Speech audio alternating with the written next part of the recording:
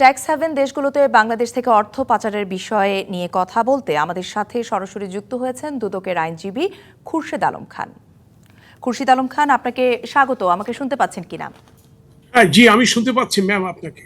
জি, নিশ্চয়ই প্রতিবেদনটি যেটি আমরা সংবাদটি দেখাচ্ছিলাম আপনিও দেখেছেন।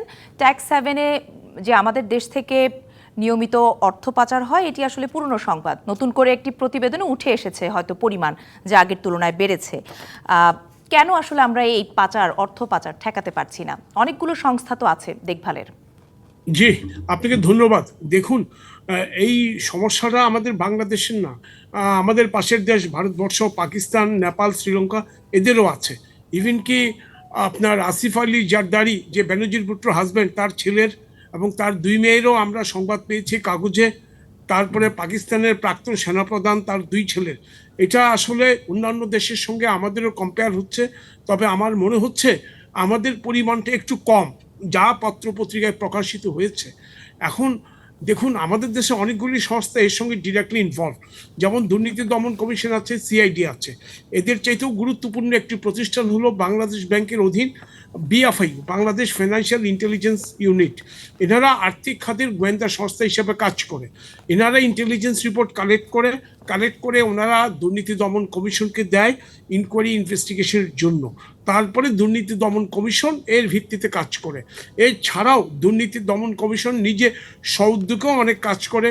যেমন পিকে হালদারের কেস হলো, সেখানে তার সাজা হয়েছে 22 বছরের। সে ডেস্টিনির মামলা, সেটাও দুর্নীতি দমন কমিশন সহযোগে করেছে।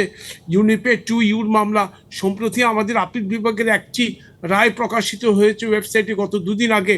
সেখানে একটা ব্যাখ্যা আসে যাদের টাকাগুলো লুণ্ঠন করা হয়েছে ওরা কিভাবে পাবে। আর যেটা 70,000 কোটি টাকা বললেন, 70 লাখ কোটি টাকা, এটা আসলে তো খুব একটা ম্যাসিভ টাকা পাচার। এটা অবশ্যই দায় দায়িত্ব সংশ্লিষ্ট। খুরশিদ আলম খান, ছোট ছোট করে দু একটি প্রশ্ন একটু করতে চাই। যেটি প্রসঙ্গক্রমে বললেন পাশের দেশেও হচ্ছে, তাদের তুলনায় আমরা আসলে আমাদের প্রতিবেশী দেশগুলোর তুলনায় আমরা কিছুটা পিছিয়ে আছি। এটিকে আসলে কোনো খুশির সংবাদ বা ইতিবাচক? অবশ্যই না।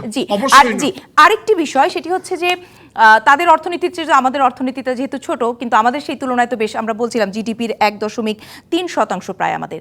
আরেকটি বিষয়, অনেকগুলো সংস্থার কথা বললেন যারা হয়তো কিছুটা কাজ এগিয়ে দিলে তখন দুদকের কাজটা সহজ হয়, কিন্তু দুদকেরও নিজস্ব কিছু এখতিয়ার এবং করণীয় আছে। সব জায়গা থেকে সংস্থাগুলো যদি নিজেদের মধ্যে সমন্বয় না করে কাজ করে, তাহলে কি এই ধরনের প্রতিবেদন আমরা সামনেও পাবো? না, অবশ্যই আমরা আশা রাখি সামনের প্রতিবেদনগুলোতে আমাদের টাকা কমে আসবে, হয়তো এমন জায়গায় আসবে, হয়তো আশা রাখছি শূন্যের কোটায় থাকবে। দেখুন, অর্থনীতি আমাদের চাইতে ভারতবর্ষের ভালো। পাকিস্তানের অর্থনীতির চাইতে আমাদের অর্থনীতি সর্বশেষ ডেটা অনুযায়ী অনেক অনেক ভালো। সেই ক্ষেত্রে আমাদেরকে জয়েন্ট ইনভেস্টিগেশন, বিএফআইউ, সিআইডি, তারপরে অর্থ মন্ত্রণালয়, দুর্নীতি দমন কমিশন, ওনারা জয়েন্টলি কাজ করতে পারে এবং জয়েন্ট ইনভেস্টিগেশন করার একটা আইনি বিধানও আছে। মানি লন্ডারিং আইনও আছে, দুর্নীতি দমন কমিশনও আছে। এখন কথা হলো, যেই ধরনের সাঁড়াশি অভিযান দরকার, আমি অবশ্যই অকপটে স্বীকার করব সেখানে ঘাটতি আছে। ঘাটতি না থাকলে এতগুলি টাকা পাচার হবে কেন? এক, আর পাচার হয়ে যাওয়ার পরে আমাদের ঘুম ভাঙে, আমরা তখন বলি এটা করো সেটা করো। আমরা কিন্তু পাচারটা রোধ করতে পারতেছি না। খুরশিদ আলম খান, যেটি বলছিলাম যে বাইরের সংস্থা, বিভিন্ন সংস্থাগুলো যখন প্রতিবেদন প্রকাশ করে আমাদের হাতে দেয়, তখন আমরা দেখি যে ও আচ্ছা, কিন্তু আমাদেরও তো অনেকগুলো সংস্থা এগুলো নিয়ে একেবারে ডেডিকেটেডলি কাজ করছে।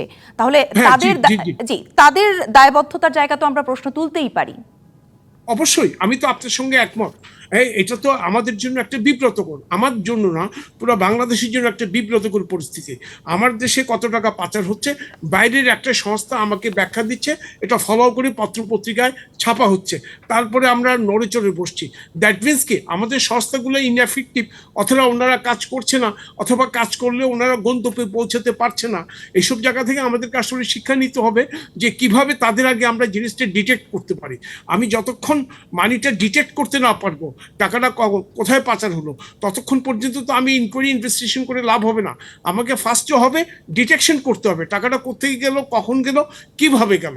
এবং এই টাকাটা কারা নিয়েছে। জি, এটা এক্ষেত্রে আমি- অনেকগুলো সংস্থার কথা বলছিলেন, তাদের মধ্যে দুদকও তো আসলে গুরুত্বপূর্ণ ভূমিকা পালন করে থাকে, এবং আপনি যেহেতু সেই সংস্থার প্রতিনিধিত্ব করছেন, অন্যান্যরা থাকলে হয়তো তাদেরকেও একটু ভালো মতো জিজ্ঞেস করতে পারতাম। আপনাকে জিজ্ঞেস করি, দুদক কি আসলে নড়েচড়ে মানে বসছে না কেন? এক পিকে হালদারের মতো তো আমাদের আরো শত পিকে হালদার আছে, তাদেরকে কেন দুদক খুঁজে বের করছে না, এক্সপোজ করছে না?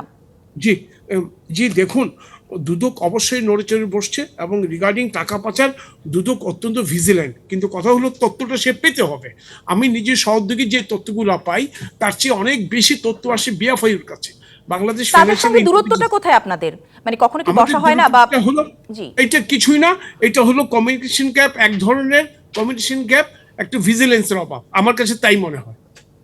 জি, এই কমিউনিকেশন যে গ্যাপের কথা বলছেন, শুধুমাত্র এই ছোট্ট একটি গ্যাপ যদি দূর করতে পারতাম, হয়তো এই হাজার হাজার কোটি টাকা দেশেই রয়ে যেত। না, আরো একটা ব্যাপার আছে ম্যাডাম, ভিজিলেন্স হতে হবে, ভিজিলেন্স হতে হবে আপনাকে। যেমন ফুটবল খেলায় যখন খেলা শুরু হয়, রেফারি হুইসেল দেওয়ার পরেই যখন দুই পক্ষ ঝাঁপিয়ে পড়ে, এইভাবে আমাদেরকে ঝাঁপিয়ে পড়তে হবে। জি, যেগুলো অলরেডি চলে গিয়েছে সেগুলোকে আনার ব্যাপারেও কি কিছু করবে দুদক? চিন্তা ভাবনায় আছে? হ্যাঁ, অবশ্যই করবে। যে টাকাটা পাচার হয়েছে সেগুলো আনার প্রভিশন আছে, আনতে পারবে। তবে আইনি প্রক্রিয়া অত্যন্ত জটিল, আনা যাবে, এটা সময় সাপেক্ষ। আমি মনে করি, আমার ব্যক্তিগত অপিনিয়ন, আমি মনে করি টাকা আনার চাইতে এখন সবচেয়ে বেশি ইম্পর্টেন্ট হলো টাকা পাচার হওয়া রোধ করা। কারণ আনতে তো আমার সময় লাগছে, আইনি প্রক্রিয়ার একটা বিষয় আছে, জি, সেই আইনি প্রক্রিয়া বিচারিক আদালত, হাইকোর্ট, সুপ্রিম কোর্ট, অনেক সময় সাপেক্ষ ব্যাপার।